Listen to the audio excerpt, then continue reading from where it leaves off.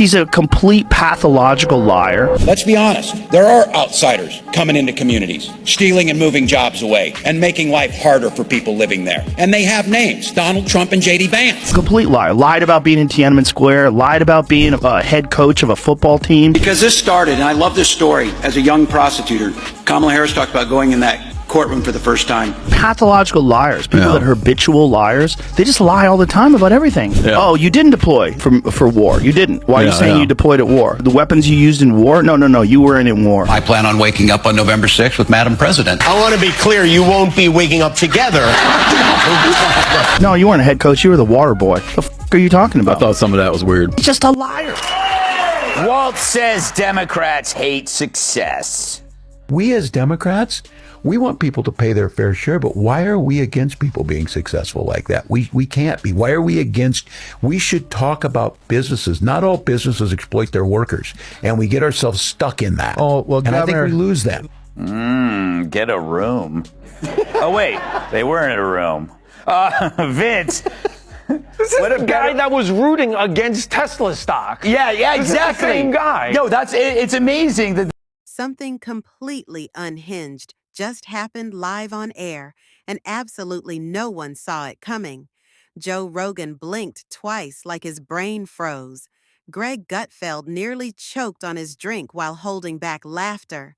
And Tim Walz, let's just say he looked like Windows 95 mid-crash, desperately trying to reboot both his thoughts and his dignity. This wasn't a debate. This was a public demolition wrapped in sarcasm, fueled by facts, and broadcast in HD. What exactly did Walz say that set off this perfectly synchronized political takedown? And why is social media now spiraling into memes, outrage, and pure chaos? Buckle up, folks, because this circus didn't just go off the rails. It exploded into primetime roast theater, and everyone's tuning in for the fire. I don't know. Tim Walz is out there talking again. He say he could fight any Trump supporter? Yeah, he says he kicked and they're scared of him because he could fix a truck. Like they're threatened by his masculinity. I know how to fix a truck. That's what he said. I'm like, do you? I bet you don't. The lady doth protest too much. I bet you don't. I fear. I bet if I bring a broken truck to you and a bag of tools. That was the... Meanwhile, Kamala's VP, Tim Walz, is being accused of lying about his rank, which is called stolen valor. But in Walz's defense in Minneapolis, stealing is legal.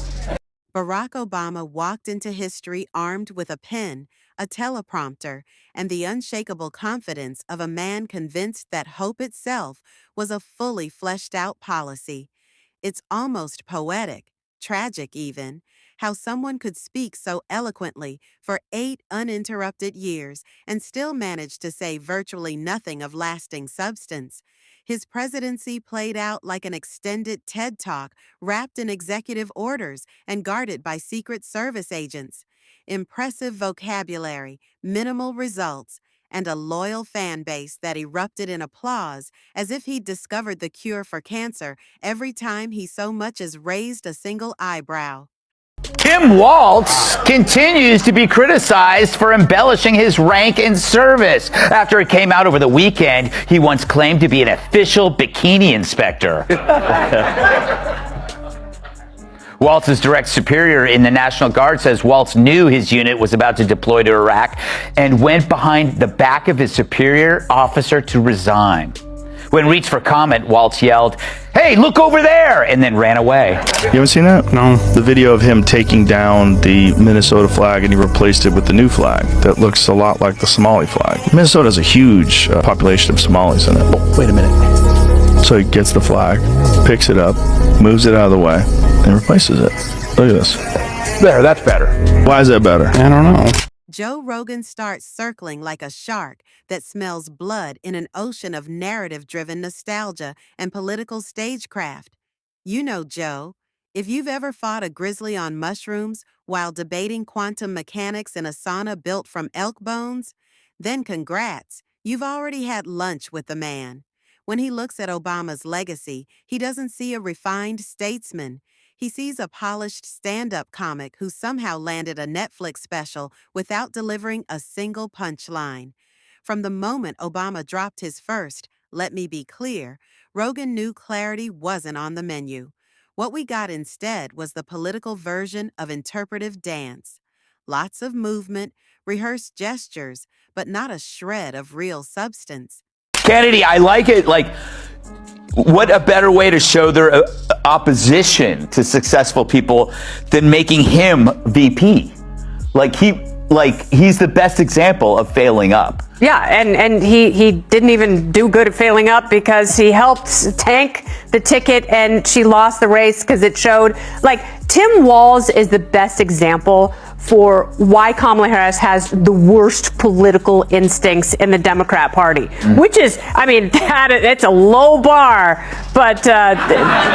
Greg Gutfeld steps in with that signature smirk that practically screams, "I'm about to destroy your public image using only sarcasm, caffeine, and a punchline sharp enough to cut glass." And honestly, Obama handed him a masterpiece of a target.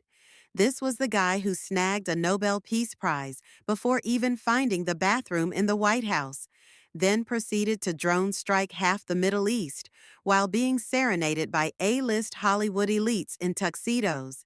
It felt like watching a self-proclaimed pacifist win a UFC championship before round one, only to strut into the octagon wielding a steel chair, backed by a gospel choir of journalists singing backup vocals and calling it diplomacy. Thank you all. Thank you all. Well,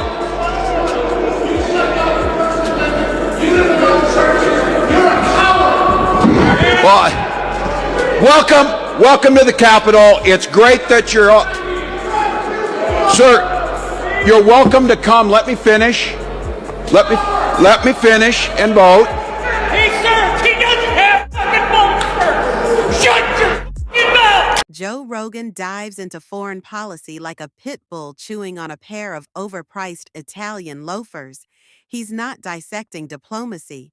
He's calling it out like a UFC ref watching a guy tap out under an avalanche of strategic airstrikes. Rogan looks at Obama's infamous red line in Syria the way a survivalist looks at a broken compass, completely useless and somehow still dangerous. The man threatened a dictator with the intensity of a school principal warning a kid about cutting the lunch. Spoiler: Assad didn't flinch. He was 100% right with Tim Walz. I know I'm doing something right when the Fox News crowd is all pitching at me like crazy. Like, I'm loving it. That guy was almost the vice president of the United States. Elon Musk was crying last week. Tim is being mean to me, basically, you know, like, yeah. I'm sure you've seen that thing where it shows Obama saying, "I need a vice president that's dumber than me." He may or may not have cognitive decline problems at his age, but at her age, she's just dumb. Yeah, Biden, I think I was saying that I need a vice president dumber than me. Great.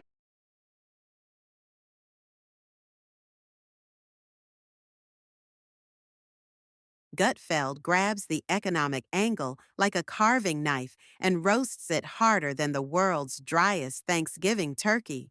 He dusts off that infamous shovel-ready jobs promise and spins it into a full-blown Broadway farce. Shovel-ready? The only thing that was truly ready was the public's desperate willingness to believe anything that rhymed or sounded vaguely poetic. It was like ordering a filet mignon and being handed a lavender-scented candle with a motivational quote. The recovery from the 2008 crater didn't walk. It staggered out like it had a 3-day hangover from campaign slogans and economic fairy tales. But hey, if success is measured by how many times you can say, "Recovery summer" with a straight face, Obama was practically doing stand-up at the Fed. Rogan can't help but savor the irony. Obama going full Wall Street cosplay while pretending to be Main Street's tattooed messiah. The man rolled into Goldman Sachs galas with the energy of a tired roadie who lost his guitar backstage, but still showed up to jam and collect a check. He bailed out the banks, let the homeowners sink like bricks, then strutted across the stage like he just taught America how to swim in the deep end. It was political theater at its finest.